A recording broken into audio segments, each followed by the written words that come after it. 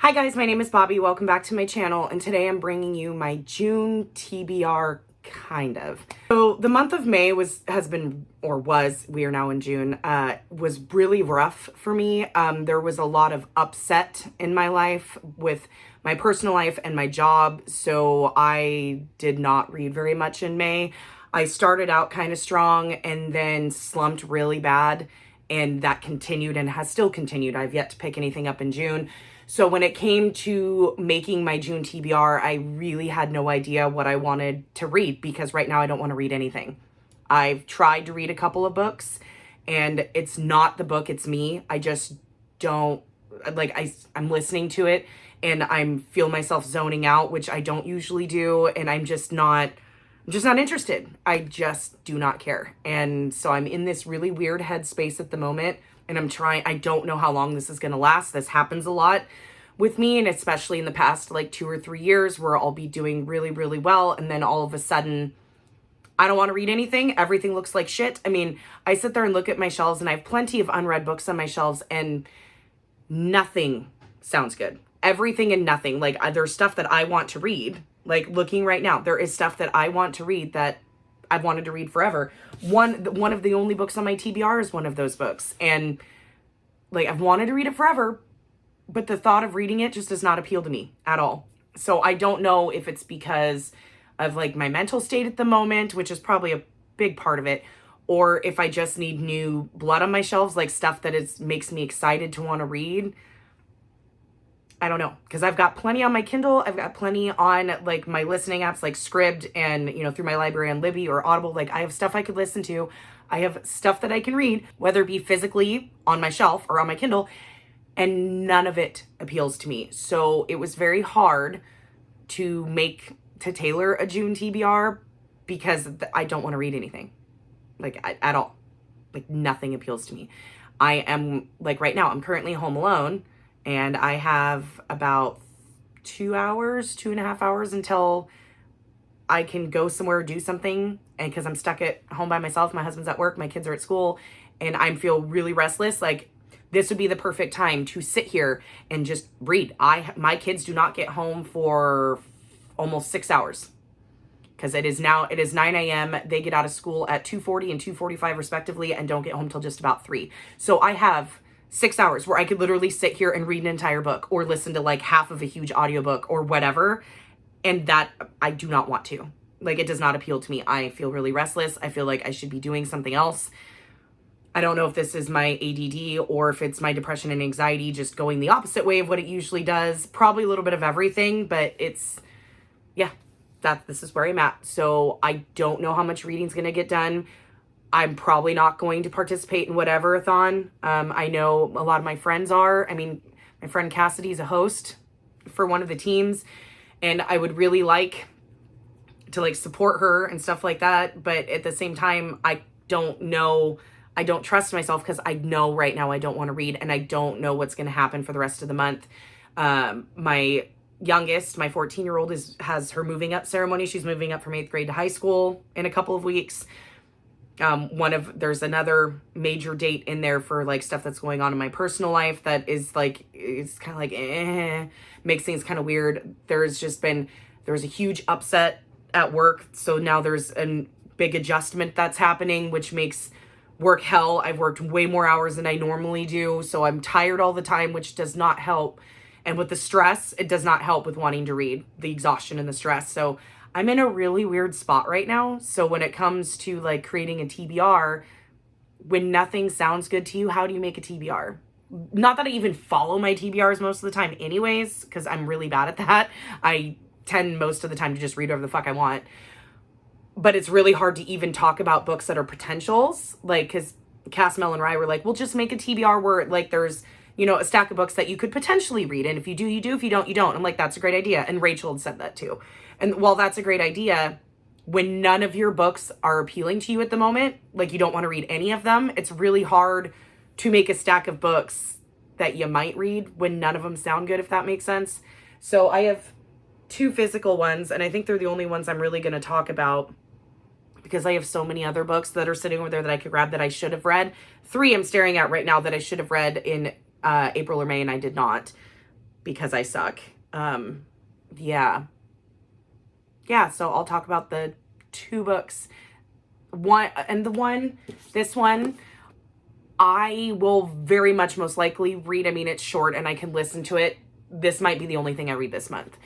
This is Vicky and my Random Reads book club pick for the months of June and July. Dolores Clayborne by Stephen King. Both of us have read this before, but both of us were very young teenagers, or even younger than that. I think Vicky said she was 9 or 10 when she read this for the first time. I believe I was older. I think I was 13 or 14. I remember getting it at the library and reading it. It was it after I watched the movie? Because there is a movie. So I should ask Vicky. She should do a Flicks and Lit on this, because there is a movie. It's got Kathy Bates as Dolores Clayborne. And I remember watching it with my mom as a very young teen and liking it, but also being kind of like creeped out by it, not understanding all the nuance. So I remember bits and pieces of this, but not much. There's only one thing that sticks out in my mind about this one.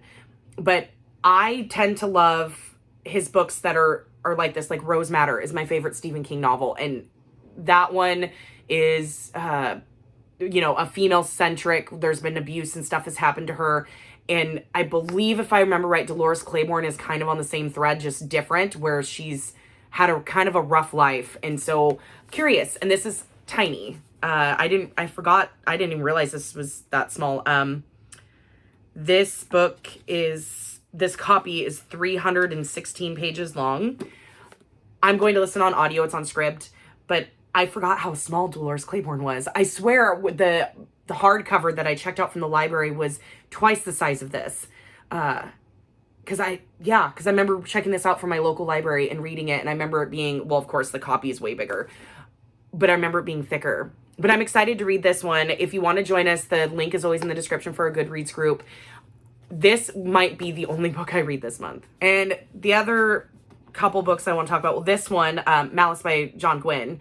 I've been meaning to read this for like 2 or 3 months. I did start it. I very barely started it. I read the first 2 chapters, I believe. Or was it just, no, I just listened to the prologue. Okay, I am even worse. So I got this as a gift from a subscriber like 3 years ago. I want to say it was shortly after I started my channel in 2018. So in August, I've been doing this for 4 years. So I want to say it was about 3 years ago. And she went ahead and read it. We were going to buddy read it together, and she went ahead and read it. I still have not picked it up. I have it on audio. I got it on Audible. And I started listening to it, and I had to slow it down because the accents are British. So I had to slow it down. While I can understand people from the UK and like British accents just fine, on audio, if they're sped up, I miss certain things, because with the slang and how they enunciate certain words, I don't hear it as well, like as fast as like an American speaking person. Somebody with an American accent, they can be speaking really fast, and I pick it up and I understand it because I speak with an American dialect. But with UK or British dialect, I have to slow it down from like 2.5 and 2 times speed to like 1.75 to 1.5, because I need to be able to hear their enunciations on certain words. And especially with this being a high fantasy, to where there's different names and different terms and stuff like that, I really need to listen. So I listened to the prologue. It intrigued me. I mean, it was literally some chick and some dude standing around a cauldron and doing some kind of spell thing. And I was very intrigued. But as I started listening to the first chapter, I started to get rather bored. And there's a lot of characters, and I'm like, fuck, am I even going to be able to pay attention to this? With my brain being where it's at, am I going to be able to follow this? Because I do not want to read physically right now. With listening, am I going to be able to follow this? Is this going to be something that I can actually, absorb as I'm listening? And at the time I was like, no, I need to put it down, because I don't want to DNF this, and when it's my fault, not the book's fault. And both Mel and Cass said, give it about 200 pages, because it doesn't really get good until about 200 pages in. There's a lot of setup and establishing characters and setting and all that shit. So I think I'm going to love this, but I have to be in the headspace to listen to it, if that makes sense. So it's kind of tentatively on here. Hopefully I can get to it, but I highly doubt it. And then I picked up on, I have it on Audible also. I think it's Theft of Swords by Michael J. Sullivan. It's the bind up of the two books. I think he wrote them as a serial, I believe. So now there's 3 bind ups of 2. So 1 and 2, 3 and 4 and 5 and 6. So I got this one because I've heard so many good things about Michael J. Sullivan and the Theft of Swords and like, what is it? The Aurelian series, I think. Aurelia? I can't remember. No. I know I'm saying that wrong. I can't remember. Aurelium. No, not Aurelium. Stop talking.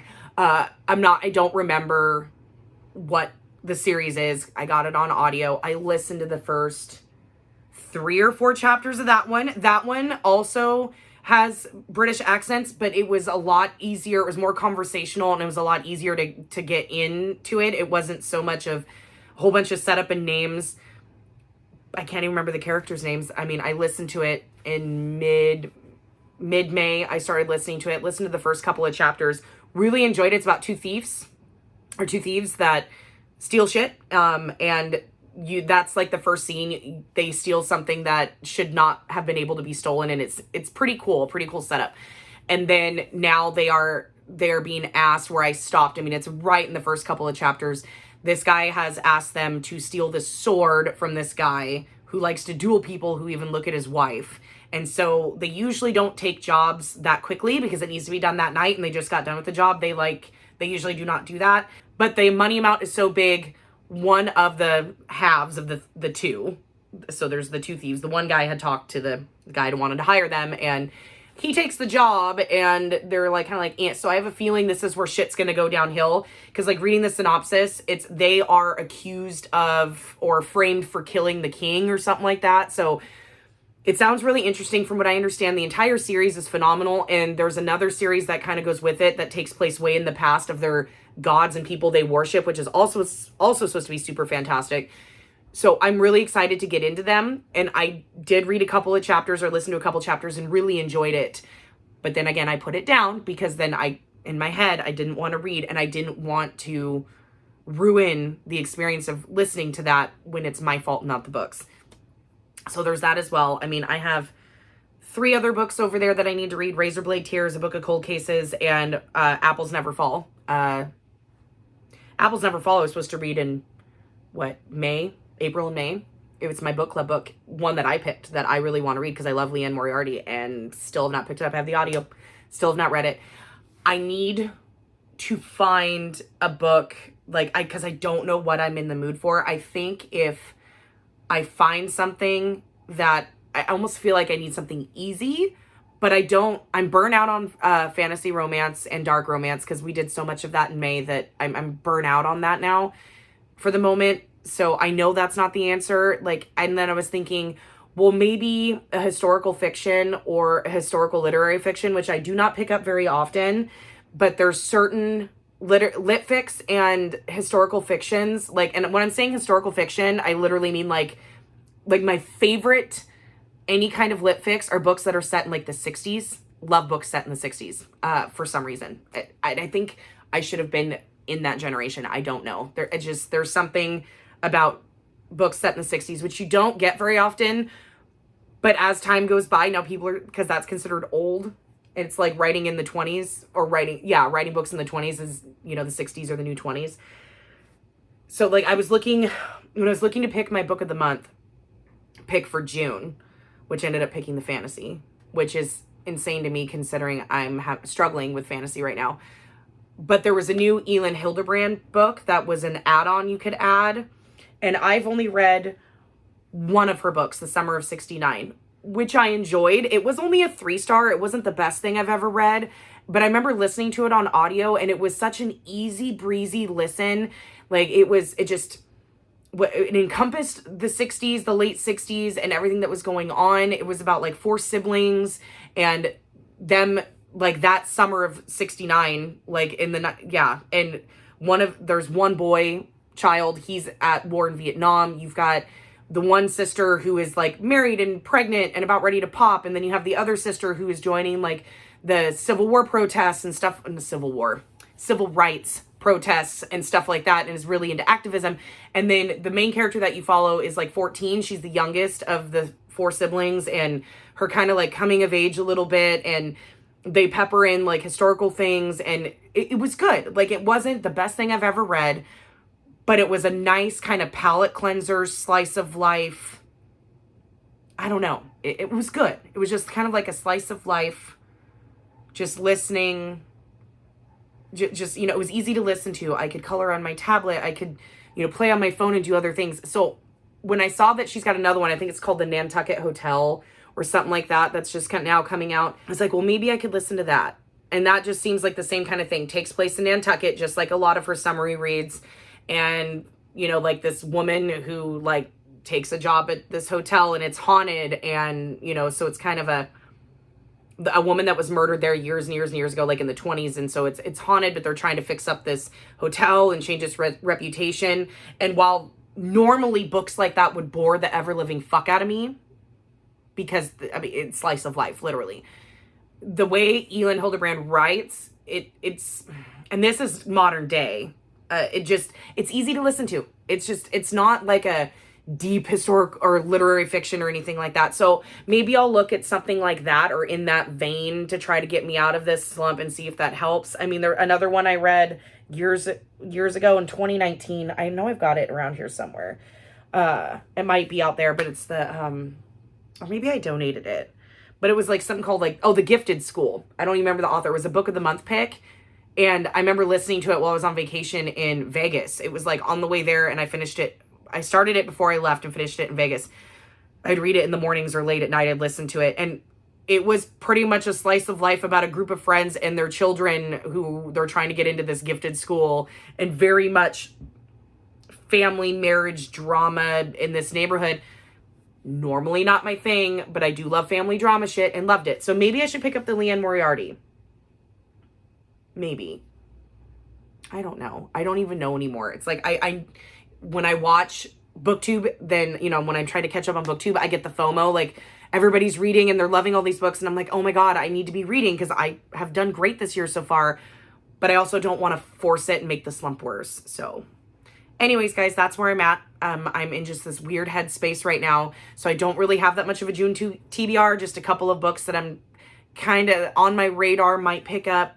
We'll just kind of see how the month takes me. I'm just in a weird spot right now. But that's all I've got for you guys. So I'll see you in the next one. Bye.